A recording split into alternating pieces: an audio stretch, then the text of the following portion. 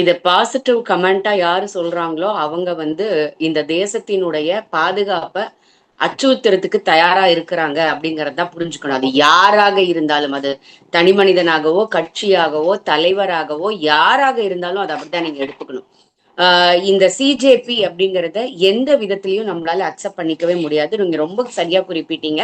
நாடாளுமன்றம் ஒவ்வொரு முறையும் நாடாளுமன்றம் கூடும் பொழுது ஏதாவது இது மாதிரி ஒரு பிரச்சனைய தொடர்ந்து எழுப்பிக்கிட்டே இருக்கிறது காங்கிரஸ், கம்யூனிஸ்ட் மற்றும் நமக்கு வெளியில இருந்து நிறைய பிரச்சனைகள் நம்ம பார்த்திருக்கோம். டூல் கிட்டெல்லாம் இயக்கினதை பார்த்திருக்கிறோம்.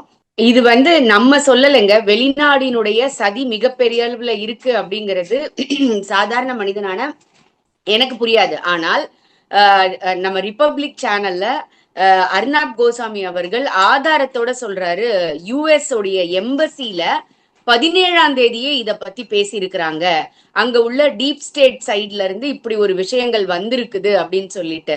அப்போ இதுல வெளிநாட்டினுடைய கை இருக்கு அப்படிங்கறத எந்த காலத்திலயும் மறுக்கவே முடியாதுங்கிறதுக்கு இது ஒரு மிகப்பெரிய ஆதாரமாக இருக்கு அப்படின்னு நான் பாக்குறேன்.